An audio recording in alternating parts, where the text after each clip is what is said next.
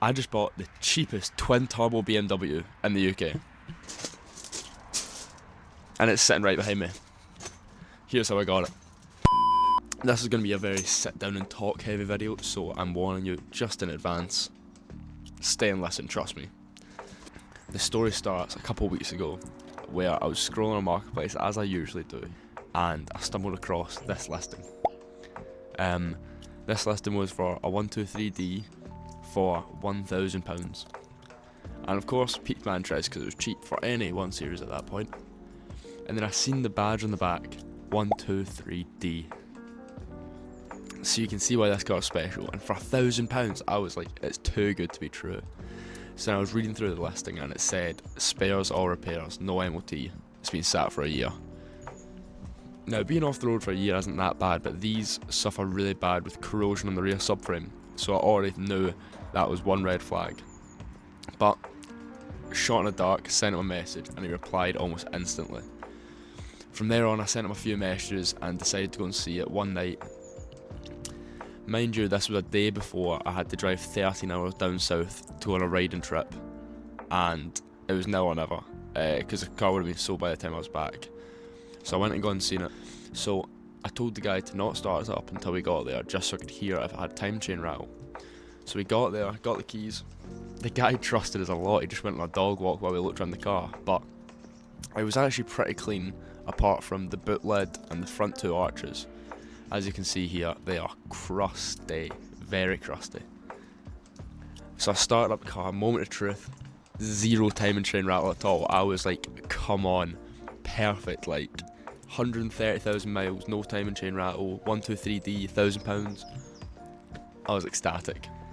So then I looked underneath the car and it was very crusty. It is a very common problem and it can be replaced, so it was not the end of the world. At this point it was basically a done deal. I was wanting this car, but it was just down to how much I wanted to spend. So I was actually willing to spend the whole £1,000, but when it came down to negotiations, he said, I've already been offered 800 over messages. So I already knew we had it down to at least 800. So I just put a shot in the dark and said 750, and he went, no, I can't let it go for that.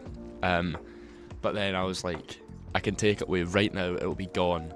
Your wife won't have to have wars with you anymore. £750. Put it in my hand, shook it. I was honestly ecstatic. My hood is up because it is now freezing and rainy. So at this point I've bought the car for £750, and here's how it looked. So it was definitely rough, and obviously still had the standard wheels, winter tyres. We pumped up the tyres at the local petrol station, then I drove the 118 home and my dad drove the 123 to work. And then at this point I was leaving at midnight to go and drive 13 hours down south, so I didn't even see the car at all from when I bought it to a completely week after. So it was all down to my dad, he's seen it, he brought it home and everything. But when I came back I had a full look around it, took these videos, and it was rough, but £750, you can't complain. So then we had to deal with the whole MOT situation. So we put it through an MOT and it promptly failed. So it failed on rear brake pipes, and as I said, subframe corrosion loves these things, and brake pipes also go at the same time. So brought it back home, ended up doing the brake pipes. It was off the road for about 2 weeks at this point, where we'd done brake pipes and other bits and bobs to get it through its MOT, and it finally passed after about £200 in parts and labour. So all in £950 to get this 123D on the road driving with a full year's ticket. So honestly, I cannot complain. Tax was an absolute ball ache on this though, at £250 for the year. The 118 I've got is £35 for the year, so that hard to pay, but it's done, fully road legal at this point, and it's time for mods. I'm going to have a separate video coming out on the mods for this thing, and I feel like me going through it, interior, exterior, and actually doing the mods. But as a quick overview, we had a spare coilovers that we slammed on, and now it's sitting pretty damn low. We put a black headliner in it, black M Sport steering wheel, and new M Sport seats, well, seat singular. I also forgot to mention, this car is 250 brake. They come 200 standard, but this is remapped, stage 1 remap from 200 to 250, over 450 newton meters of torque, and DPF delete, absolutely reeky as anything. So that is also part of the car.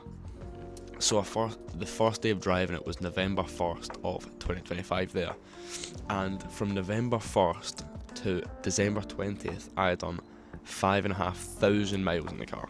It was seriously quick, like honestly. But the one problem with it, the one problem I had was the boost.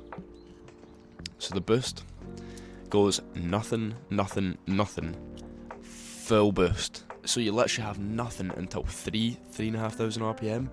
So time to get it booked in for a remap soonish. But apart from that, that is me up to date on how I bought this 123D for £750. I'm also going to take you on a quick wee drive with me and show you what the car's about. Let's go.